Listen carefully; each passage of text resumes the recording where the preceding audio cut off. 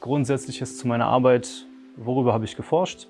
Ich habe mich mit alternativen Finanzierungsformen für junge Unternehmen beschäftigt, da aktuell immer noch die Problematik besteht, dass vor allem Startups nicht die gewünschte Finanzierungsform erhalten. Und daher habe ich das Potenzial der Blockchain-Technologie untersucht und eben geforscht, inwiefern sich eine Blockchain-basierte Unternehmensfinanzierung realisieren lässt. Das war grob zusammengefasst das Thema meiner Dissertation. Ich habe mich bei den Beiträgen hauptsächlich darauf fokussiert, was kleine Unternehmen für sich mitnehmen können. Das bedeutet, ich habe mir angeschaut, wie sind Initial Coin Offerings in der Vergangenheit geglückt, beziehungsweise welche Faktoren haben dazu geführt, dass ein erfolgreiches Initial Coin Offering durchgesetzt werden konnte. Zusätzlich zu den statistischen Analysen habe ich dann eben auch Experten befragt. Es ist immer wichtig, beide Seiten sich anzuschauen bei einer Forschung, zumindest ist es meine Ansicht, weil wenn ich Experten befrage, Experten interviewe, ist die Wahrscheinlichkeit sehr, sehr hoch, dass ich noch zusätzliche Informationen bekomme, zusätzliche Daten, zusätzliche Eindrücke, die ich nicht einfach aus Datenbanken beziehen kann. Und deshalb war eben mein Ansatz, sowohl die statistischen Analysen zu machen, als auch Experten zu befragen. Und dabei habe ich mich auf 4 Expertengruppen fokussiert im Rahmen meiner Experteninterviews, sodass ich unter anderem Entrepreneure gefragt habe, die selber ein ICOs schon vollzogen haben. Ich habe mit Regierungsberatern sprechen dürfen, ich habe mit Anwälten sprechen dürfen und auch mit einem Universitätsprofessor, weil ich eben darauf achten wollte, dass ich wirklich mit hochrangigen Experten das Thema bespreche und dann eben, wie gesagt, meine statistischen Auswertungen dementsprechend erweitern kann. Vor einer halben Stunde war die offizielle Zeremonie hier an der Unibit in Sofia in Bulgarien. Alles in allem war das eine sehr, sehr schöne Verteidigung, eine insgesamt sehr schöne Veranstaltung, wie ich sie wahrgenommen habe.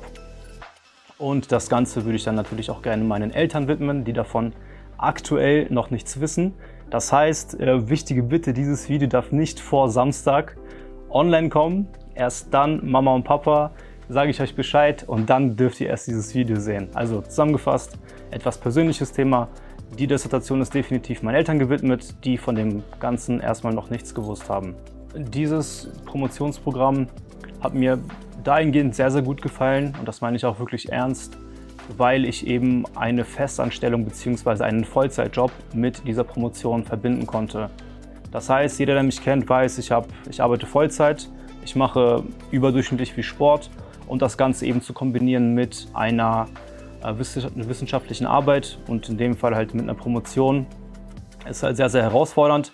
Dieses Programm hat mir die grundlegende Flexibilität dafür geboten und deshalb hatte ich mich eben damals entschieden, mich für dieses Programm eben zu bewerben. Ich habe das Glück gehabt, dass ich wirklich tolle Professoren, tolle Dozenten an meiner Seite hatte und auch nochmal ein großes Dankeschön an den gesamten PhD-Club. Die Betreuung war wirklich überragend. Jede Frage wurde schnellstmöglich beantwortet, sodass ich auch dann dementsprechend an meinem Thema forschen konnte. Also jeder, der sich dafür entscheidet, generell zu promovieren und vor allem berufsbegleitend zu promovieren, was meiner Ansicht nochmal eine ganz andere Hürde darstellt, der muss sich im Klaren sein, und das ist auch nicht ungeschönt, dass zusätzliche Arbeitszeiten anfallen werden. Das heißt, nehmen wir an, du arbeitest in Vollzeit, hast deine 40 Stunden pro Woche, hast dann vielleicht noch familiäre Verpflichtungen. Da musst du schauen, dass du den Tag, die Woche oder den Monat so strukturierst, dass du vernünftig oder beziehungsweise dass du noch Zeit hast, eben an deiner Promotion zu arbeiten. Bei mir persönlich, wenn du mich fragst, ich habe mir Blöcke reserviert. Ich habe jeden Sonntag plane ich meine nächste Woche. Ich bin eben so vorgegangen, dass ich vor der Arbeit geschrieben habe, nach der Arbeit und an den Wochenenden. Neben meinen sportlichen Aktivitäten waren das eigentlich die 3 Grundpfeiler im Rahmen meines gesamten Schreibens. Ja, also Sport, Arbeit und Promotion. Und hier muss jeder eben für sich selber wissen, ob er das Ganze auf sich nehmen möchte oder nicht. Es lohnt sich allemal. Wir möchten ja hier aber auch ehrlich sein und ja auch aufzeigen, dass man halt eben die gewisse Meile gehen muss, die extra Meile und halt eben dann auch die extra Portion Disziplin an den Tag legen muss und eventuell auf kurzfristige, schöne Erlebnisse auch mal verzichten muss.